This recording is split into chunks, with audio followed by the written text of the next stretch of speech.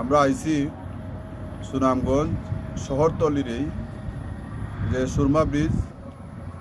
Surma bridge পার হইয়াও এই সুরমা ব্রিজের নিচখানো সুরমা ব্রিজের নিচখানো এই বিশম্বরপুর তাহিরপুরের যে রাস্তা, এই রাস্তার দক্ষিণ পাশে একটা ক্যাফেটেরিয়া করা হয়েছে। কয়েকটা সোনর ঘর আছে,